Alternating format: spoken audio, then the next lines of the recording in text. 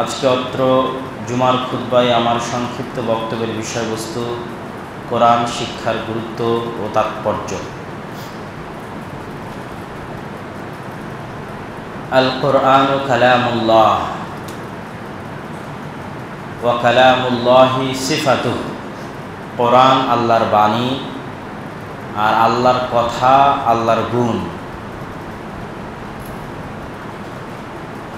আল্লাহ সুবহানাহু তাআলার জাত এবং সত্তা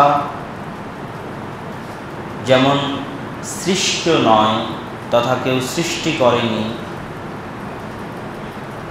এবং যেই সত্তার কোনো আদি এবং অন্ত নাই তথা নির্ধারিত কোনো সময় নাই যেই সময়ে শুরু হয়েছে, এবং নির্ধারিত কোনো সময় নাই যেই সময়ে শেষ হয়েছে, তেমনি আল্লাহ সুবহানাহু তাআলার গুণাবলীও সৃষ্ট নয় এবং সেগুলোরও কোনো আদি এবং অন্ত নাই।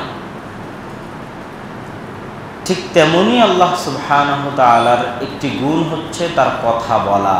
ইন্নাল্লাহা ইয়াতাকাল্লাম, আল্লাহ সুবহানাহু তাআলা কথা বলেন, সেই কথার আওয়াজ আছে, ফেরেশতাগণ সে আওয়াজ শুনতে পান। যখন আল্লাহ সুবহানাহু তাআলা কথা বলেন তখন আল্লাহর ভয়ে ভীত সন্ত্রস্ত হয়ে ফেরেশতারা তাদের ডানা আসমানের উপর বাড়ি মারতে থাকে, এবং আসমানের উপর বাড়ি মারার কারণে ধারাবাহিক একটা শব্দ তৈরি হয়, যেই শব্দে আল্লাহ সুবহানাহু তাআলা কি বলেছেন তা শোনা যায় না। যখন আল্লাহ সুবহানাহু তাআলার কথা বলা শেষ হয় তখন ফেরেশতারা পরস্পরকে জিজ্ঞেস করতে থাকেন আল্লাহ সুবহানাহু তাআলা কি বললেন। তখন আল্লাহ সুবহানাহু তাআলার এই আদেশ তার নিকটবর্তী ফেরেশতা জিবরাইলের মতো, মিকাইলের মতো, যারা শ্রেষ্ঠতম ফেরেশতা, আল্লাহর নিকটবর্তী ফেরেশতা, তারা স্পষ্ট শুনতে পান। তখন তারা পরবর্তী ফেরেশতাদেরকে জানান যে আল্লাহ সুবহানাহু ওয়া তাআলা এই আদেশ দিলেন। এটা থেকে আমরা যেটা বুঝাতে চাচ্ছি সেটা হচ্ছে আল্লাহ সুবহানাহু ওয়া তাআলা কথা বলেন এবং তার কথার আওয়াজ আছে। আল্লাহ সুবহানাহু ওয়া তাআলার সেই কথাই হচ্ছে পবিত্র কোরআন। পবিত্র কোরআন এবং অন্য নবীদের উপর আসা কিতাবের মধ্যে পার্থক্য হচ্ছে, অন্য নবীদের উপর আসা কিতাব হাদিসের মতো, বুখারীর মতো, মুসলিমের মতো। আর তাওরাত ওয়াল ইনজিল কাল বুখারী ওয়া মুসলিম। অন্য নবীদের উপর আসা কিতাব তাওরাত, জবুর, ইনজিল আমার নবীর উপর অবতীর্ণ হওয়া হাদিসের মতো, হাদিস ও ওহী, তথা ওই ওহীগুলো সরাসরি কালামুল্লাহ, আল্লাহর বাণী ছিল না। আল্লাহর ওহী ছিল কিন্তু সরাসরি আল্লাহর বাণী ছিল না। তো আমাদের নবীর উপর অবতীর্ণ হওয়া হাদিসও আল্লাহর ওহী কিন্তু আল্লাহর বাণী নয়। সহিহ বুখারীর হাদিস আল্লাহর ওহী কিন্তু আল্লাহর বাণী নয়। তাওরাত আল্লাহর ওহী কিন্তু আল্লাহর বাণী নয়। ইনজিল আল্লাহর ওহী কিন্তু আল্লাহর বাণী নয়। এই জন্য তাওরাত এবং ইনজিল মুআজিজা নয়। তাওরাত এবং ইনজিলের মধ্যে মানুষ পরিবর্তন করতে সক্ষম হয়েছে, কেননা সেগুলো মুআজিজা নয়। কেন মুআজিজা নয়? আল্লাহ সুবহানাহু ওয়া তাআলার বাণী নয়। আমার নবীর হাদিসের মধ্যে মানুষ সত্য মিথ্যা মিশ্রণ করতে পেরেছে না পারেনি? পেরেছে। কেন আমার নবীর হাদিস মুআজিজা নয়, আল্লাহর বাণী নয়? তাহলে কোরআন এবং অন্য আসমানি গ্রন্থের মধ্যে পার্থক্য হচ্ছে, অন্য আসমানি গ্রন্থগুলো আমার নবীর উপর অবতীর্ণ হওয়া হাদিসের মতো, যেটা আমি সহজ ভাষায় বললাম বুখারী এবং মুসলিমের মতো। আর আমাদের নবীর উপর অবতীর্ণ হওয়া পবিত্র কোরআন হচ্ছে আল্লাহ সুবহানাহু ওয়া তাআলার বাণী, যা নিজেই মুআজিজা, নিজেই হুজ্জত, নিজেই দলিল। হুজ্জাতুম বিনাফসি, তার হুজ্জত হওয়ার জন্য আর দ্বিতীয় কোনো কিছুর প্রয়োজন নেই। পবিত্র কোরআন আমাদের নবীর উপর মুজিজা হিসেবে অবতীর্ণ হয়েছে। মুসা আলাইহিস সালাতু ওয়াস সালামের মুজিজা যেমন ছিল তার লাঠি, ঈসা আলাইহিস সালাতু ওয়াস সালামের মুজিজা যেমন ছিল তার হাত, কুষ্ঠ রোগীর উপর হাত স্পর্শ করলে ভালো হয়ে যেত, অন্ধ ব্যক্তির উপর হাত স্পর্শ করলে চক্ষুষ্মান হয়ে যেত, মৃত ব্যক্তির উপর হাত স্পর্শ করলে জীবিত হয়ে যেত বিইজনিল্লাহ, আল্লাহর অনুমতিতে, আল্লাহর আদেশে। কোরআনে আল্লাহ সুবহানাহু ওয়া তাআলা বলেছেন। প্রত্যেক নবী চলে গেছে, তাদের সাথে তাদের মুজিজাও চলে গেছে, কিন্তু আমার নবী যেহেতু শেষ নবী মুহাম্মদ সাল্লাল্লাহু আলাইহি ওয়াসাল্লাম, এই জন্য তার মুজিজার স্থায়িত্বের দরকার আছে, তথা পৃথিবী যতদিন থাকবে ততদিন তার মুজিজা থাকতে হবে। তিনি চলে গেলেন, সেই মুজিজাই হচ্ছে কোরআন। ওয়া ইন কুনতুম ফি রাইবিন মিম্মা নাযালনা, যদি তোমাদের মধ্যে কোনো সন্দেহ থেকে থাকে আমি আমার বান্দার উপর যা অবতীর্ণ করেছি, ফাতু বিসূরাতিম মিন মিসলিহি, তাহলে তার মতো একটি সূরা নিয়ে আসো। ওয়ালাউ ইজতামাআল ইনসু ওয়াল জিন, মানুষ এবং জিন একত্রিত হয়ে, আল্লাহ সুবহানাহু ওয়া তাআলা কোরআন মাজিদে চ্যালেঞ্জ করেছেন যে সমগ্র পৃথিবীর সকল মানুষ এবং সমগ্র পৃথিবীর সকল জিন একত্রিত হয়ে কোরআনের মতো একটি সূরা, কোরআনের মতো একটি আয়াত নিয়ে আসবে, এটা চ্যালেঞ্জ। কিন্তু তাদের পক্ষে সক্ষম হবে না, তাদের সাধ্যে কুলাবে না। কেননা যেই সময়ে কোরআন অবতীর্ণ হয়েছে ওই সময়টা ছিল আরবি সাহিত্যের সবচেয়ে উন্নত, সবচেয়ে দামি এবং সবচেয়ে শ্রেষ্ঠতম যুগ আরবি সাহিত্যের। সেই সময়ের বড় বড় সাহিত্যিকগণ পবিত্র কোরআনের মতো আয়াত এবং সূরা তৈরি করতে পারেনি। তাদেরকে আশ্চর্য হয়ে বলতে হয়েছে, এই কোরআন হয় তিনি জাদুকর, না হয় তিনি কবি। বলতে বলতে একটা পর্যায়ে তাদেরকে বলতে হয়েছে যে না, এটা মানুষের পক্ষ থেকে সম্ভব নয়। তাহলে কোরআন হচ্ছে মুজিজা, চিরস্থায়ী মুজিজা। যতদিন পৃথিবী থাকবে ততদিনের জন্য মুজিজা। এবার এই কোরআনের সাথে আল্লাহ সুবহানাহু ওয়া তাআলা মুসলিম উম্মার ভাগ্য লিখে দিয়েছেন, মুসলিম উম্মার ভাগ্য জড়িত করে দিয়েছেন। ইন্নাল্লাহা ইয়ারফাউ বিহাযাল কিতাবি আকওয়ামান ওয়া ইয়াদউ বিহি আখারিন। এই কোরআন দিয়েই মুসলিম উম্মার একদল মানুষ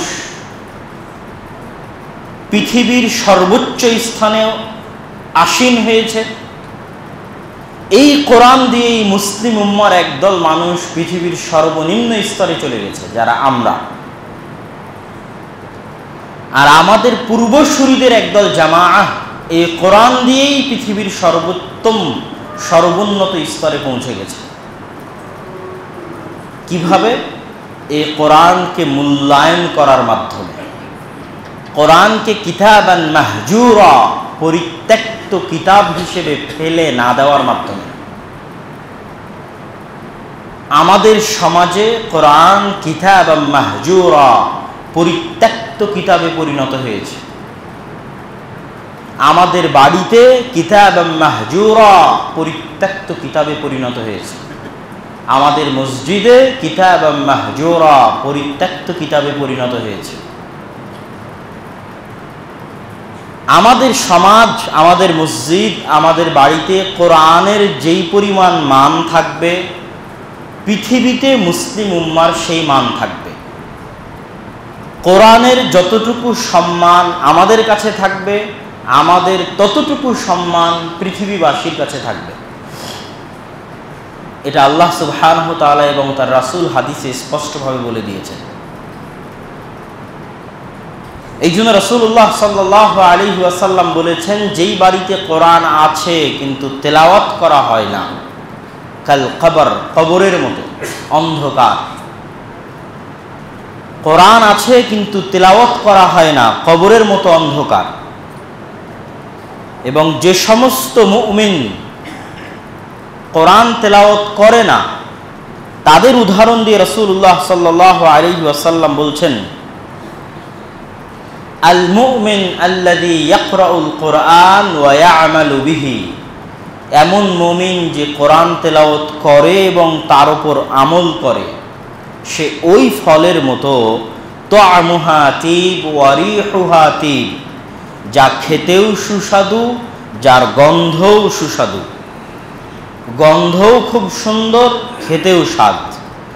ওয়াল মুমিন আল্লাযী লা ইয়াকরাউল কুরআন ওয়া ইয়ামালু বিহি, এমন মুমিন যে কোরআনের উপর আমল করে কিন্তু কোরআন তেলাওয়াত করে না, তথা 5 ওয়াক্ত সালাতে আসে কিন্তু কোরআন তেলাওয়াতের অভ্যাস নাই, সুদ ঘুষ মুক্ত জীবন যাপন করে কিন্তু কোরআন তেলাওয়াতের অভ্যাস নাই। কাত্তামারাতি তুআমুহা তিবুন লা রিহা লাহ, এমন খেজুরের মতো যার স্বাদ আছে কিন্তু গন্ধ নাই। ওয়া মাসালুল মুনাফিক আল্লাযী ইয়াকরাউল কুরআন রিহুহা তিব ওয়া তুআমুহা মুর, এমন মুনাফিক যে কোরআন তেলাওয়াত করে অথচ মুনাফিক, কথা বললে মিথ্যা বলে, ওয়াদা করলে ভঙ্গ করে, মানুষকে গালি দেয় কিন্তু আবার কোরআনও তেলাওয়াত করে, তথা তার মধ্যে মুনাফিকের আলামত আছে, চিহ্ন আছে, কিন্তু সে কোরআন তেলাওয়াত করে। কার রায়হানা রিহুহা তিব ওয়া তুআমুহা মুর, এমন ফলের মতো যেই ফলের গন্ধ আছে কিন্তু গন্ধ সুন্দর দেখে মুখে দিতে গেলে তিতা লাগবে, ধোঁকা খাবে। গন্ধ সুন্দর তথা মাকাল ফলের মতো বাইরে থেকে দেখতে সুন্দর কিন্তু ভিতরে গেলে দেখবেন তিক্ত, পচা এবং নষ্ট। আর এমন ব্যক্তি আল্লাযী লা ইয়াকরাউল কুরআন, এমন মুনাফিক যার কাজও মুনাফিকের মতো কিন্তু কোরআনও তেলাওয়াত করে না, কাজও মুনাফিকের মতো কোরআনও তেলাওয়াত করে না, তথা আমাদের অধিকাংশ মানুষ যাদের অন্তরে ঈমান আছে কিন্তু কাজ মুনাফিকের মতো এবং কোরআনও তেলাওয়াত করে না, কাল হানজালাহ তুআমুহা মুর আও খাবিস ওয়া রিহুহা মুর, কাঁটাযুক্ত ফলের মতো যার গন্ধও দুর্গন্ধ, যার স্বাদও তিক্ত এবং খারাপ স্বাদ, মুখে তিক্ত এবং বিষ্ঠা, জঘন্য নিকৃষ্ট স্বাদের মতো, আবার কাঁটাযুক্ত, আবার দুর্গন্ধযুক্ত। এই মুমিনের অবস্থা হচ্ছে সেই রকম, যার মধ্যে মুনাফিকের চিহ্ন আছে এবং কোরআন তেলাওয়াত করে না, সে কাঁটাযুক্ত, দুর্গন্ধযুক্ত, তিক্ত ফলের মতো। সম্মানিত উপস্থিতি, রাসূলুল্লাহ সাল্লাল্লাহু আলাইহি ওয়াসাল্লাম এই হাদিসে আমাদের সকলের মাপকাঠি এবং অবস্থা রাসূলুল্লাহ সাল্লাল্লাহু আলাইহি ওয়াসাল্লাম স্পষ্ট করে দিয়েছেন। আবার যে ব্যক্তি কোরআন তেলাওয়াত করবে তার অবস্থা কি হবে?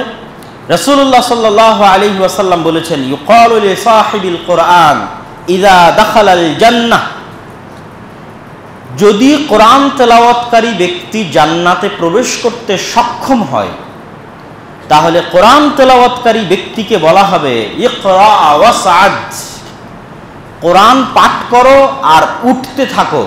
জান্নাতের যে স্তরভেদ আছে এই স্তরভেদের উপরের দিকে উঠতে থাকো আর কোরআন তেলাওয়াত করতে থাকো। জান্নাতের ওইটাই তোমার সর্বোচ্চ স্থান যেখানে তোমার কোরআন পড়া শেষ হবে। আল্লাহু আকবার। তথা যতক্ষণ তুমি কোরআন পড়তে থাকবে তত দূর পর্যন্ত জান্নাতে তোমার স্থান এবং সম্মান এবং মান বাড়তে থাকবে।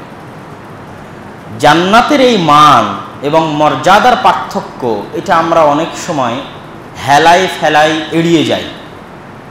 আমরা কি মনে করি কোনো মতে জান্নাতে প্রবেশ করতে পারলেই যথেষ্ট, কিন্তু সালাফে সালেহিন বলেছেন জান্নাতে প্রবেশ করার পর মুমিনদের সবচেয়ে বেশি আফসোস হবে, জান্নাতে প্রবেশ করার পরে আফসোস হবে আমার এবং আপনার। যদি আমরা জান্নাতে প্রবেশ করতে সক্ষম হই তাহলে জান্নাতে প্রবেশ করার পরে আমাদের সবচেয়ে বেশি আফসোস হবে যদি আমরা দুনিয়াতে আরেকটু জিকির করতাম, আরেকটু কোরআন তেলাওয়াত করতাম, তাহলে আমাদের জান্নাতের এই ক্যাটাগরি, এই ক্লাস আরেকটু বাড়ত।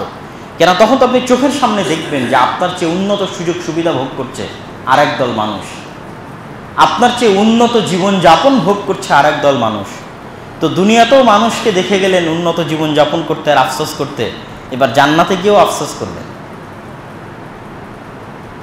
তো জান্নাতের এই সুযোগ সুবিধার পার্থক্য বাস্তব, জান্নাতের এই সম্মান এবং মর্যাদার পার্থক্য বাস্তব। সুতরাং এটার প্রতি মুমিন এবং মুসলমানদের আগ্রহী হওয়া উচিত। আর এই আগ্রহী হওয়ার সবচেয়ে বড় মাধ্যম হচ্ছে আল্লাহর জিকির। আর আফজালুল যিকরি কি? তিলাওয়াতুল কোরআন। কালিমাতু লা ইলাহা ইল্লাল্লাহ যেমন আফজালুল যিকর, ঠিক তেমনি তিলাওয়াতুল কোরআন আফজালুল যিকর। পবিত্র কোরআন তেলাওয়াত করা সর্বোত্তম জিকির। সম্মানিত উপস্থিতি, তাহলে এই কোরআন মুসলিম উম্মার উপর আল্লাহ এবং তার রাসূলের পক্ষ থেকে, আল্লাহ সুবহানাহু ওয়া তাআলার পক্ষ থেকে সবচেয়ে বড় নেয়ামত, সবচেয়ে বড় দয়া, সবচেয়ে বড় অনুগ্রহ। এই কোরআন সবচেয়ে শক্তিশালী কিতাব, সবচেয়ে বরকতময় কিতাব আলা ওয়াজহিল আরজ। পৃথিবীর বুকে এত শক্তিশালী এবং এত দামি বরকতের উৎস আর কোথাও নেই। যত বরকতের উৎসের কথা আপনি বলেন না কেন, সকল বরকতের উৎসের চাইতে সবচেয়ে দামি বরকতের উৎস হচ্ছে পবিত্র কোরআন। কেন? আমরা শুরুতেই বলে নিয়েছি কোরআন কার বাণী? আল্লাহ সুবহানাহু ওয়া তাআলার বাণী, তথা কোরআন আল্লাহর জাতের সাথে সম্পৃক্ত। আর পৃথিবীতে যত বরকত আছে সব বরকত আল্লাহর পক্ষ থেকে আসে, আল্লাহর নামের মাধ্যমে বরকত আসে। এবং কিছু নির্দিষ্ট বরকতময় কর্ম আছে, নির্দিষ্ট বরকতময় জায়গা আছে, নির্দিষ্ট বরকতময় পানি আছে। মক্কা এবং মদিনা হচ্ছে বরকতময় শহর। কিছু নির্দিষ্ট জায়গা আছে যেখানে প্রবেশ করলে বরকত পাওয়া যায়, যেমন মসজিদ, পৃথিবীর সর্বশ্রেষ্ঠ জায়গা। কিন্তু এগুলো সকল বরকতের চেয়ে শক্তিশালী বরকত কোনটা? কোরআন। কেননা মক্কা বা মদিনা বা জমজমের পানি বা মসজিদ আল্লাহ সুবহানাহু ওয়া তাআলার জাতের সাথে ডাইরেক্টলি কানেক্টেড নয়। এগুলো দুনিয়াতে মানুষে তৈরি করেছে। কে তৈরি করেছে? মানুষ তৈরি করেছে। কাবা মানুষ তৈরি করেছে, ইব্রাহিম এবং ইসমাইল মানুষ। কিন্তু কোরআন কি মানুষ তৈরি করেছে? কোরআনের সম্পর্ক সরাসরি আল্লাহ সুবহানাহু ওয়া তাআলার জাতের সাথে, কালামুল্লাহ। এই জন্য কোরআনের ফজিলত, কোরআনের রহমত এবং কোরআনের বরকত সবচেয়ে শক্তিশালী এবং সবচেয়ে ব্যাপক। কিন্তু আমরা হতভাগা যে আমাদের বাড়িতে কোরআন থাকার পরেও, আমাদের সমাজে কোরআন থাকার পরেও, আমাদের মসজিদে কোরআন থাকার পরেও আমাদের পক্ষে সম্ভব হয় না যে আমরা একটু কোরআন পড়ে দেখব এবং আমরা একটু কোরআন শুনে দেখব। সম্মানিত উপস্থিতি, কোরআনের বরকতের কয়েকটা প্রমাণ আপনাদেরকে বলি। আপনারা জানেন যে রমজান মাসের গুরুত্ব এবং ফজিলত, আপনারা যখনই রমজান মাস আসে তখনই আপনারা রমজান মাসের গুরুত্ব এবং ফজিলত সম্পর্কে শুনে থাকবেন। লাইলাতুল কদর যখন আসে, লাইলাতুল কদরের গুরুত্ব এবং ফজিলত সম্পর্কে শুনে থাকবেন।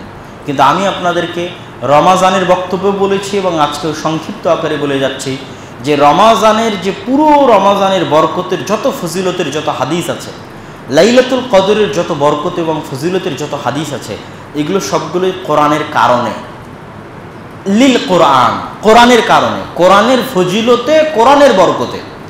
শাহরু রমাদান আল্লাযী উনজিলা ফীহিল কোরআন। রমাজান এত শ্রেষ্ঠ কেন? রমাজানে কোরআন অবতীর্ণ হয়েছে, তাই কোরআনের বরকতে একটা মাসকে সর্বশ্রেষ্ঠ মাস করে দেওয়া হয়েছে। কেন? ওই মাসে কোরআন অবতীর্ণ হয়েছে এই জন্য। ইন্না আনজালনাহু ফী লাইলাতিল কদর লাইলাতুল কদরি খায়রুম মিন আলফি শাহর। 1000 মাসের চেয়ে উত্তম করা হয়েছে লাইলাতুল কদরকে, ঘোষণা করা হয়েছে। কার বরকতে? কোরআনের বরকতে। এটা কোরআনের সম্মান। কোরআন যেহেতু ওই রাতে অবতীর্ণ হয়েছে, এই জন্য কোরআনের সম্মানে ওই রাতকে 1000 মাসের চেয়ে শ্রেষ্ঠ ঘোষণা করা হয়েছে। কোরআন যেহেতু রমজানে অবতীর্ণ হয়েছে, এই জন্য কোরআনের সম্মানে রমজানকে শ্রেষ্ঠতম ইবাদতের জন্য শ্রেষ্ঠতম মাসে পরিণত করা হয়েছে। তাহলে কোরআনের যে ব্যক্তি এবার নিজে কোরআন পড়বে তার অবস্থা কি হবে? সে কতটা বরকতের মালিক হবে, সে কতটা সম্মানের মালিক হবে ইহকালে এবং পরকালে। রমজানের যদি এ অবস্থা হয় কোরআনের বরকতে, লাইলাতুল কদরের যদি অবস্থা হয় কোরআনের বরকতে, তাহলে যে কোরআন পড়বে তার কি হবে? এবং উম্মতে মুহাম্মাদি যে সর্বশ্রেষ্ঠ উম্মাহ, তার কারণও হচ্ছে এই উম্মতকে কি দেওয়া হয়েছে? কোরআন দেওয়া হয়েছে। এই উম্মতের কাছে সূরা ফাতিহা আছে, যা মুসা আলাইহিস সালাতু ওয়াস সালামের কওমের কাছে ছিল না। এই উম্মতের প্রতিটা সদস্য সূরা ফাতিহা জানে।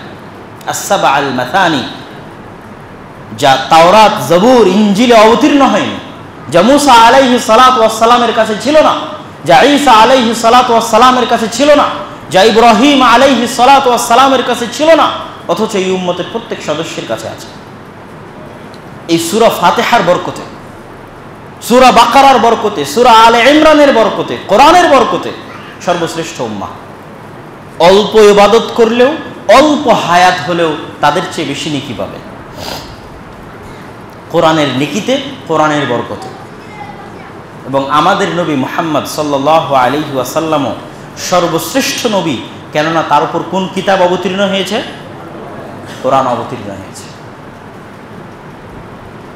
রাসূলুল্লাহ সাল্লাল্লাহু আলাইহি ওয়াসাল্লাম বলছেন, মাজতামাআ কওমুন ফি বাইতিন মিন বুয়ুতিল্লাহ আযযা ওয়া জাল্লা ইয়াতলুনা কিতাবাল্লাহ ওয়া ইয়াতাদারাসুনা বাইনাহুম ইল্লা নাযালাত আলাইহিমুস সাকিনাহ ওয়া হাফফাতহুমুল মালায়েকা ওয়া গাশিয়াতহুমুর রাহমাহ ওয়া যাকারাহুমুল্লাহ ফি মান ইনদাহু ওয়া মান আবতা বিহি আমালুহু লাম ইউসরি বিহি নাসাবুহু। মাজতামা কওমুন ফি বাইতিন মিন বুয়ুতিল্লাহ, এই সারা পৃথিবীর যে কোনো প্রান্তে, যে কোনো মসজিদে, বাইতুম মিন বুয়ুতিল্লাহ, আল্লাহর ঘরগুলোর যে কোনো এক ঘরে, সারা পৃথিবীর যে কোনো প্রান্তে, আল্লাহর যে কোনো এক ঘরে আল্লাহর বান্দা এবং বান্দিরা যদি একত্রিত হয়, ইয়াতলুনা কিতাবাল্লাহ, আল্লাহর কোরআন শিখার জন্য এবং শিখানোর জন্য, ইয়াতাদারাসুনা বাইনাহুম, পরস্পর সেই কোরআন পড়ে এবং পড়ায়, ইয়াতাদারাসুনা বাইনাহুম, পড়ে এবং পড়ায়, ইল্লা নাযালাত আলাইহিমুস সাকিনাহ, আসমান থেকে তাদের উপর সাকিনাহ, প্রশান্তি অবতীর্ণ হবে তাদের হৃদয়ের উপর, ওয়া হাফফাতহুমুল মালায়েকা, এবং ফেরেশতারা তাদেরকে ঘিরে ধরবে। কিছু ফেরেশতার এটাই দায়িত্ব দেওয়া আছে যে তারা পৃথিবীতে চলতেই থাকে শুধু এটা দেখার জন্য কোথায় 2টা 5টা 10টা মানুষ একত্রিত হয়ে কোরআন পড়ছে এবং পড়াচ্ছে। এটাই কিছু ফেরেশতার দায়িত্ব দেওয়া আছে। এখন আপনি কল্পনা করেন আমরা তাদের মধ্যে কিনা। হাজার হাজার লক্ষ লক্ষ মুসলমান কয়জন দিনে কোরআন পড়ে, কয়জন সকালে কোরআন পড়ে? তাহলে ওই ফেরেশতা খুঁজতেই থাকে কোথায় একদল মানুষ একত্রিত হয়ে কোরআন পড়ছে এবং পড়াচ্ছে। আমরা কি তাদের মধ্যে? তারা কি কোনোদিন আমাদেরকে পায় যে আমরা কোরআন পড়ছি এবং পড়াচ্ছি? পায় না। হাফফাতহুমুল মালায়েকা, ফেরেশতা, একদল ফেরেশতা তাদেরকে ঘিরে ধরে। ওয়া গাশিয়াতহুমুর রাহমাহ, এবং আল্লাহর রহমত তাদের উপর অবতীর্ণ হয়। ওয়া যাকারাহুমুল্লাহ ফি মান ইনদাহ, আর আল্লাহ তাদেরকে স্মরণ করেন তার আশেপাশে যারা আছে তাদের কাছে, তথা আল্লাহর আশেপাশে যে সমস্ত ফেরেশতা আছে তাদের নিকটে আল্লাহ স্মরণ করেন এই কওমকে, এই জাতিকে, যারা একত্রিত হয়ে কি পড়ছে? কোরআন পড়ছে। ওয়ামান আবতা বিহি আমালুহু লাম ইউসরি বিহি নাসাবুহু, যার আমল তাকে পিছে করে দিল, তার বংশমর্যাদা, তার রাজনৈতিক ক্ষমতা তাকে কিয়ামতের মাঠে এগিয়ে দিতে পারবে না। এটা হাদিসের শেষ বাক্য। যার আমল তাকে পিছে করে দিল, তার বংশমর্যাদা, তার ধন দৌলতের পাওয়ার, তার রাজনৈতিক ক্ষমতা তাকে এগিয়ে দিতে পারবে না। রাসূলুল্লাহ সাল্লাল্লাহু আলাইহি ওয়াসাল্লাম আরেক হাদিসে বলছেন, আইয়ুকুম ইউহিব্বু আন ইয়াগদুয়া কুল্লা ইয়াউমিন ইলা বুতহান ওয়া ইলা আতীক, তোমাদের মধ্যে কে ভালোবাসে যে প্রতিদিন আতীক এবং বুতহান বাজারে গিয়ে, মদিনার 2টা বাজারের নাম, বাজারে গিয়ে মানুষের সাথে গন্ডগোল এবং মারামারি করা ছাড়াই, কথা কাটাকাটি ছাড়াই, অমিল, মনের অমিল হওয়া ছাড়াই 2টা দামি উন্নত উট নিয়ে বাসায় ফিরবে বাজার থেকে। আচ্ছা, আরব সমাজে উটের মূল্য বুঝতে হলে আপনাকে আজকের যুগে BMW গাড়ির মূল্য বুঝতে হবে। যে আপনি এখন শোরুমে যাবেন এবং শোরুমে গিয়ে 2টা BMW গাড়ি নিয়ে আসবেন, তাহলে এই উদাহরণ আপনার বোঝা সহজ হবে। আরবদের কাছে উটের মূল্য আজকেও এরকমই। কে না চায় যে হ্যাঁ সে শোরুমে যাবে এবং দুটো সবচেয়ে দামি মোটরসাইকেল, দুটো সবচেয়ে দামি গাড়ি সে উঠিয়ে নিয়ে আসবে। তখন রাসূলুল্লাহ সাল্লাল্লাহু আলাইহি ওয়াসাল্লাম বলছেন, আফালা ইয়াগদু আহাদুকুম ইলাল মসজিদ ফায়ালামু আও ইয়াকরা আয়াতাইন মিন কিতাবিল্লাহি আযজা ওয়া জাল্লা।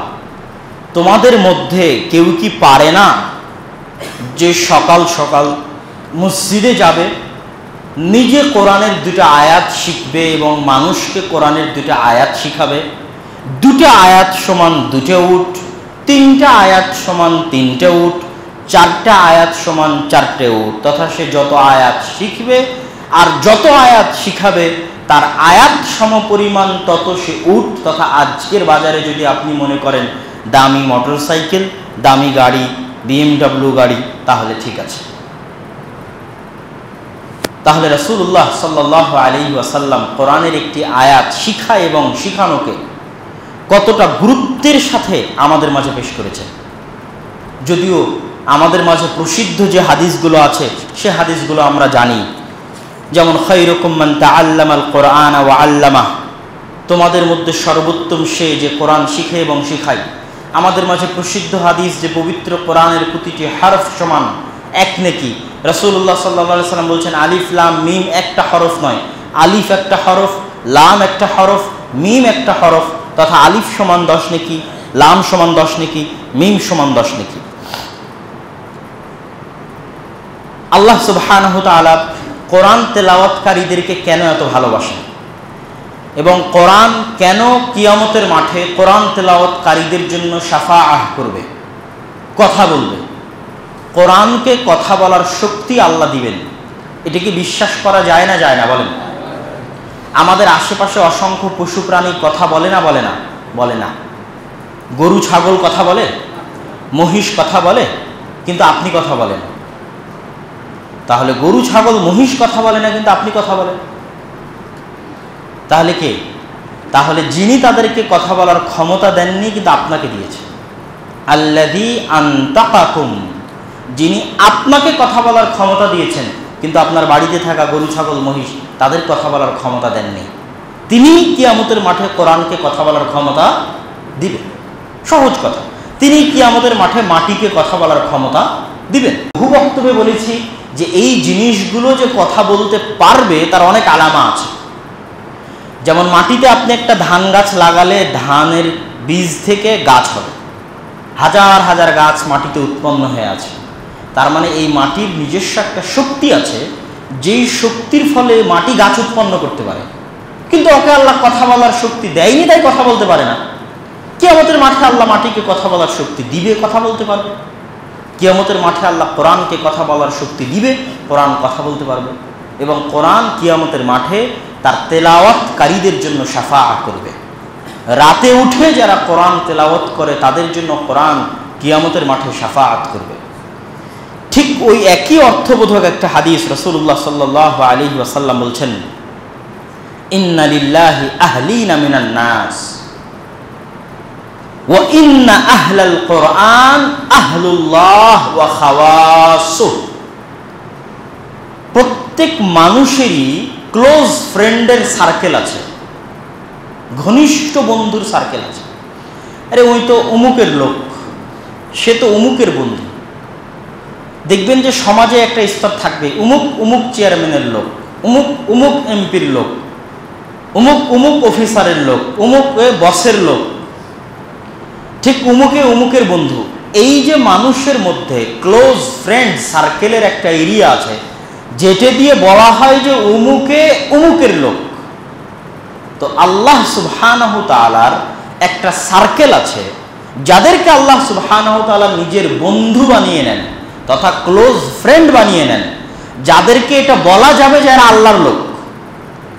যেমন আর 10টা মানুষের ক্ষেত্রে বলা যাবে যে অমুকে এমপির লোক, অমুকে এমপির খাস লোক, অমুকে হচ্ছে প্রধানমন্ত্রী প্রাইম মিনিস্টার অফিসের খাস লোক।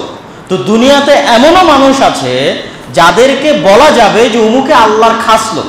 আল্লাহ রাসূল হাদিসে বলছেন, ইন্না লিল্লাহি আহলিনা মিনান নাস, আল্লাহরও এরকম ফ্রেন্ড সার্কেল আছে যাদেরকে আল্লাহ বন্ধু বানিয়ে নিয়েছেন। তারা কারা? যারা হচ্ছে সকাল সন্ধ্যায় নিয়মিত যত বেশি কোরআন তেলাওয়াত করবে ও তত বেশি আল্লাহর কাছে চলে যাবে। আল্লাহু আকবার। আহলুল কোরআন, যারা যত বেশি কোরআন তেলাওয়াত করবে ও আল্লাহর তত ক্লোজ ফ্রেন্ড সার্কেলের অন্তর্ভুক্ত হয়ে যাবে। আউলিয়া আল্লাহ, আল্লাহর ওলি এবং আল্লাহর বন্ধুতে পরিণত হয়ে যাবে। আল্লাহর ওলি এটা এমন বড় কোনো লকব নয় যে আমাদের দেশে যেরকম বলে যে পীর সাহেব আল্লাহর ওলি, শাহ মখদুম আল্লাহর ওলি, শাহ পরাণ, শাহ জালাল আল্লাহর ওলি, এরকম এমন কঠিন কিছু নয় যেটা আপনি হতে পারবেন না, এমন কঠিন কিছু নয় যেটা মানুষের হতে পারবে না। বিশেষ কোনো ক্যাটাগরি নাই যেটা দিয়ে মানুষ আল্লাহর ওলি হতে পারবে, পীর হতে পারবে, কিন্তু আপনি হতে পারবেন না। যেমন এই হাদিস থেকে আল্লাহর ওলি হওয়ার একটা রাস্তা পাওয়া গেল যে আল্লাহ সুবহানাহু ওয়া তাআলার ক্লোজ ফ্রেন্ড, বন্ধু, আউলিয়া ও রহমান, রহমানের বন্ধু, আল্লাহর লোক, আল্লাহর খাস লোক কারা হতে পারবে?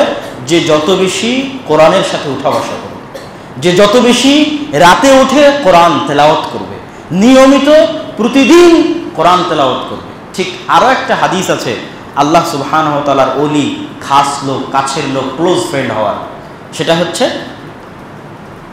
আল্লাহ সুবহানাহু ওয়া তাআলা আহাব্বুল আ'মাল ইনদাল্লাহ আল ফারাইজ, আল্লাহর সবচেয়ে প্রিয় ইবাদত হচ্ছে ফরজ, তথা ফরজ আদায় করতেই হবে। এবার ফরজের পরে যে যত বেশি নফল এবং সুন্নাত আদায় করবে সে তত আল্লাহর নিকটে যেতে থাকবে। এবং ফরজের পরে সুন্নাত এবং নফল আদায় করার মাধ্যমে আল্লাহর নিকটে যেতে যেতে এমন হবে যে তার হাত আল্লাহর হাত হয়ে যাবে, তার চোখ আল্লাহর চোখ হয়ে যাবে, তার কান আল্লাহর কান হয়ে যাবে, তার পা আল্লাহর পা হয়ে যাবে। সহিহ বুখারীর হাদিস, রাসূলুল্লাহ সাল্লাল্লাহু আলাইহি ওয়াসাল্লাম বলেছেন, তথা কি সে আল্লাহর ওলি হয়ে যাবে। এবং ওই হাদিসের একটা বাক্য আছে, যে তার সাথে শত্রুতা করবে আল্লাহ তার সাথে শত্রুতা করবে। এটাই তো বন্ধু মানে কি? আমার বন্ধুকে যে ডিস্টার্ব দিবে আমি অটোমেটিক বাই ডিফল্ট তার প্রতি ক্ষিপ্ত হয়ে যাব, তার প্রতি রাগান্বিত হয়ে যাব। আমার দলের নেতাকে যদি কেউ গালি দেয় আমি অটোমেটিক বাই ডিফল্ট তার বিরুদ্ধে লেগে যাব বা তার বিরোধিতায় অবতীর্ণ হয়ে যাব। তো একই অবস্থা, আল্লাহ সুবহানাহু ওয়া তাআলা যাকে ভালোবেসেছেন, যাকে তার কাছের বন্ধু বানিয়ে নিয়েছেন, দুনিয়ার যত বড় শক্তিশালী কেউ হোক না কেন তাকে যদি কষ্ট দেয় আল্লাহ ছেড়ে দিবেন? আল্লাহ ছেড়ে দিবেন না। আদাইতুহু মান আদা, আল্লাহ তার সাথে শত্রুতা করবে যে ব্যক্তি ওই আল্লাহর ওলির সাথে শত্রুতা করবে। সম্মানিত উপস্থিতি, আমরা আমাদের বক্তব্যের শেষের দিকে চলে এসেছি। পবিত্র কোরআন এর মধ্যেও আল্লাহ সুবহানাহু ওয়া তাআলা বহু জায়গায় পবিত্র কোরআনের প্রতি মানুষকে উৎসাহিত করানোর জন্য বহু আয়াত অবতীর্ণ করেছেন, যা আজকের এক জুমার খুতবায় বলে সম্ভব নয়। যেমন আল্লাহ সুবহানাহু ওয়া তাআলা আফালা ইয়াতাদাব্বারুনাল কোরআন, তারা কি কোরআন নিয়ে চিন্তা ভাবনা করে না? আর এক আয়াতে আল্লাহ সুবহানাহু ওয়া তাআলা বলেছেন, ওয়ালাউ আনজালনাহু আলা জাবাল, আমরা যদি কোরআন অবতীর্ণ করতাম পাহাড়ের উপর, তাহলে কোরআনের ভিতরে যা আছে সেটার কারণে পাহাড় চূর্ণ বিচূর্ণ হয়ে যেত, পাহাড় এই ভার বহন করতে পারত না। সম্মানিত উপস্থিতি, রাসূলুল্লাহ সাল্লাল্লাহু আলাইহি ওয়াসাল্লাম কোরআন পড়তে গিয়ে কাঁদতেন এবং তার চোখ দিয়ে পানি ঝরত, এই মর্মেও হাদিসে বর্ণনা রয়েছে। আফালা ইয়াতাদাব্বারুনাল কোরআন আম আলা কুলুবিন আকফালুহা, তাদের অন্তরে কি তালা মারা আছে? তারা কোরআন পড়ে না কেন এবং কোরআন পড়ে কোরআন নিয়ে গবেষণা করে না কেন?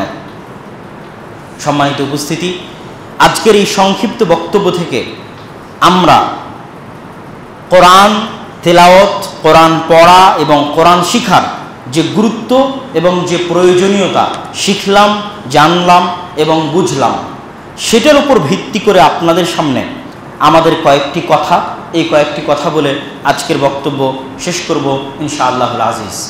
সারমর্ম যদি বলি, কোরআন সবচেয়ে বরকতময় গ্রন্থ, কোরআন সবচেয়ে শক্তিশালী পাওয়ারফুল গ্রন্থ, কোরআন মুজিজা, অন্য নবীদের উপর অবতীর্ণ হওয়া কিতাব মুজিজা ছিল না, শুধু ওহী ছিল।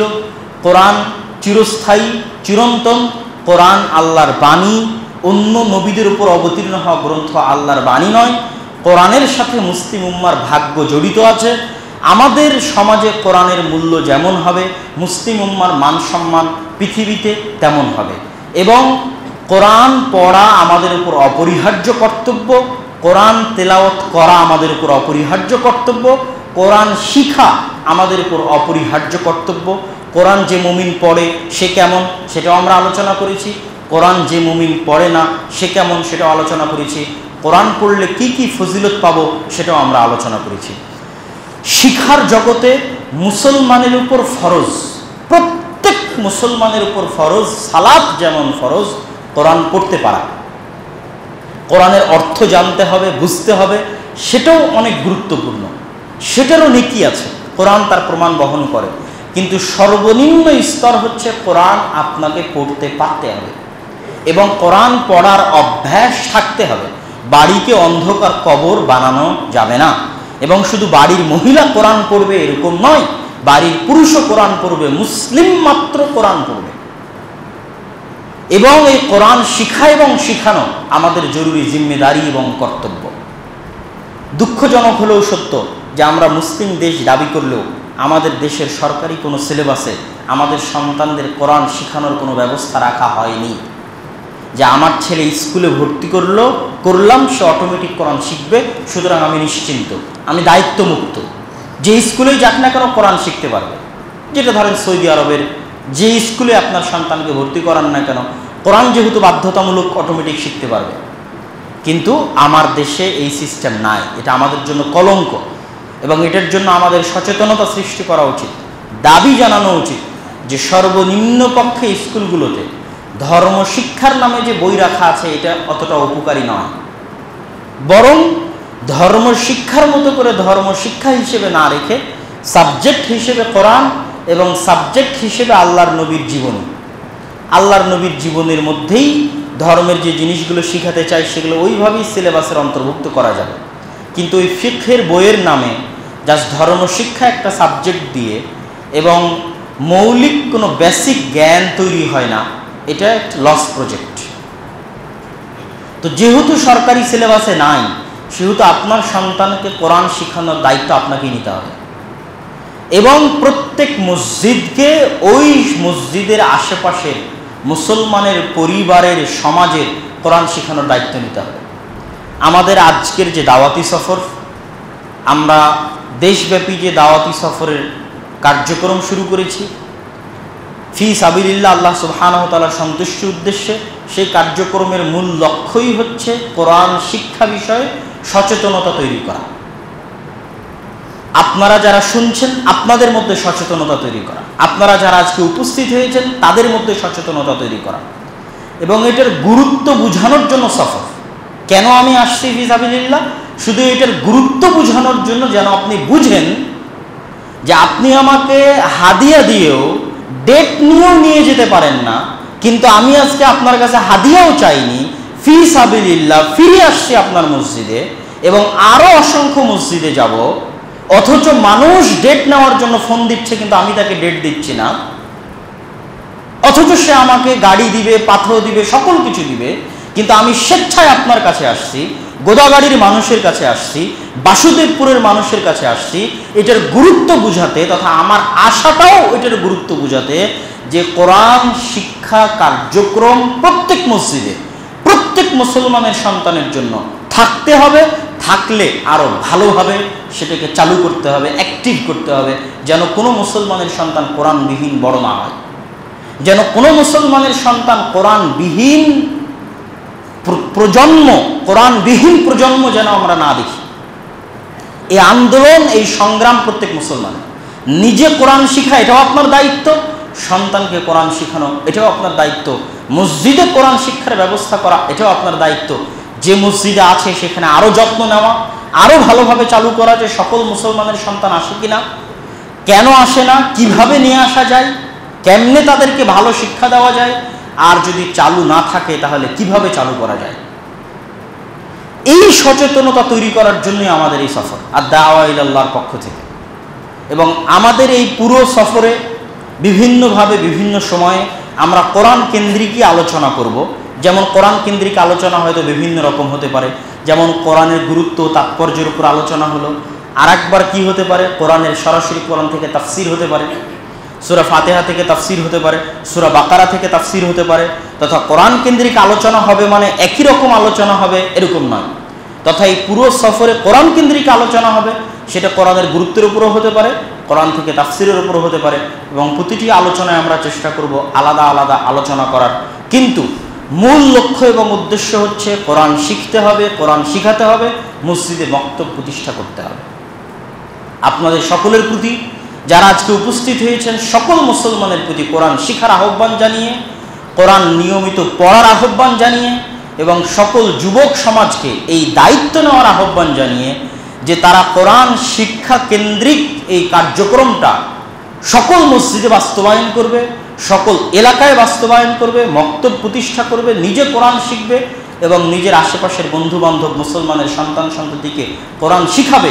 একটা মুসলমানের সন্তানও যেন কোরআনবিহীন বড় না হয়, এই চ্যালেঞ্জ দিবে এবং এইটা তাদের মাথায়, তাদের ব্রেনে গেঁথে যাবে। আজকের আমার এই বক্তব্যের পরে বা এই সফরের মাধ্যমে এটাই আমাদের চেষ্টা। আল্লাহ সুবহানাহু ওয়া তাআলা আমাদেরকে সেই তৌফিক দান করুক, আল্লাহুম্মা আমিন।